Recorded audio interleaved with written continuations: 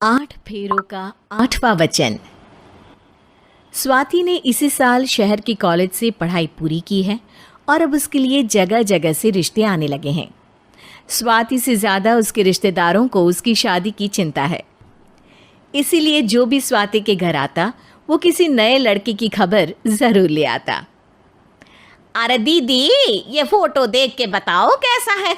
राहुल नाम है लड़के का, मेरी सहेली की बहन का बेटा है। अपनी स्वाति के साथ एकदम प्यारी जोड़ी लगेगी इसकी। ज़रा दिखाना, फ़ोटो तो बढ़िया लग रहा है। कोई गलत आदत वादत तो नहीं है ना इसे? और कमाता कितना है? अरे कोई गलत आदत नहीं है दीदी, आप कहो तो एक मीटिंग करवा देती हूँ, फिर सब कुछ फाइनल कर लेना। हाँ हाँ, ये सही कह रही हो तुम। संडे को स्वाति के पापा भी घर पे ही रहेंगे।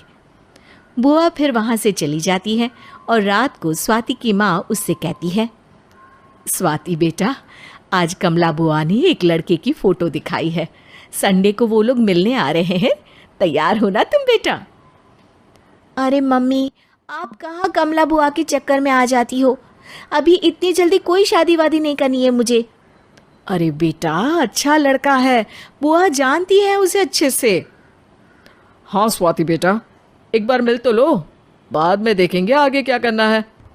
वैसे तो कमला रिश्ता लाई है तो मना करने का तो कोई सवाल ही नहीं उठता। संडे की सुबह होती है और कमला बुआ राहुल और उसकी मम्मी पापा को लेकर स्वाति के घर आती है। अरे आइए आइए भाभी, इसे अपना ही घर समझिए। इनसे मिलिए, ये मेरे भैया और ये मेरी भाभी हैं। नमस्ते भाभी जी, ये है हमारा लड़का राहुल, सरकारी नौकरी की तैयारी कर रहा है ये। वैसे आपकी बेटी कहाँ है?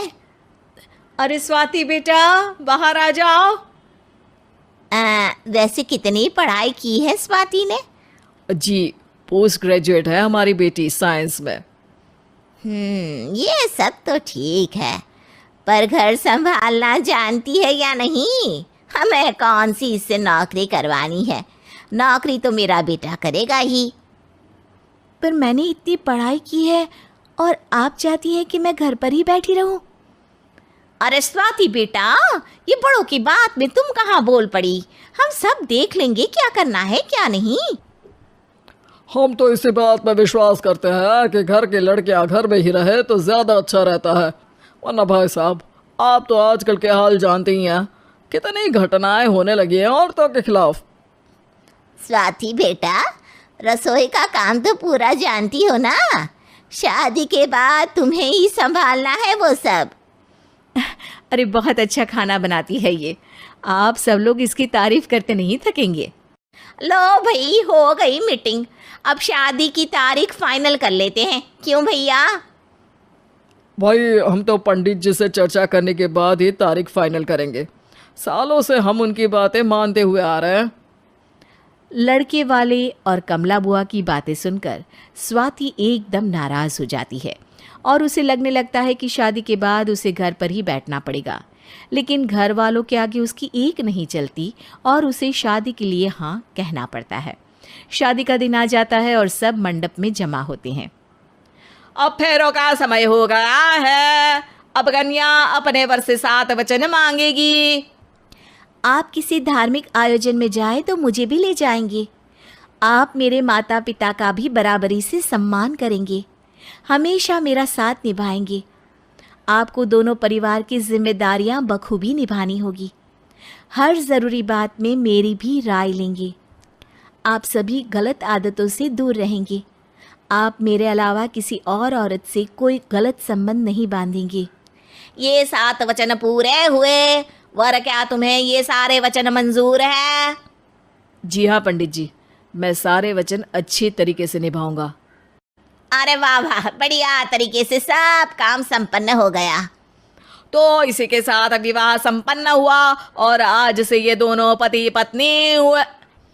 1 मिनट पंडित जी, अभी एक वचन लेना बाकी है।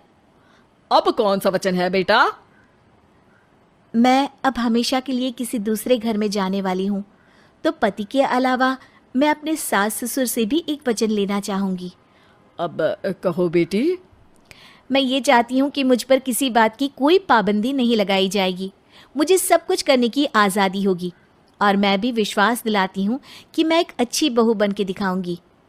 स्वाति की बात सुनकर उसके सास ससुर एकदम चौंक जाते हैं और कुछ बोल नहीं पाते कि उतने में कमला बुआ बोल पड़ती है।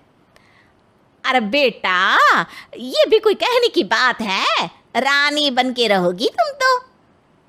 वचन देने से पहले सोच लीजिए, क्योंकि शास्त्रों में वचन ना निभाने वालों के लिए नरक से भी बदतर सजा लिखी है।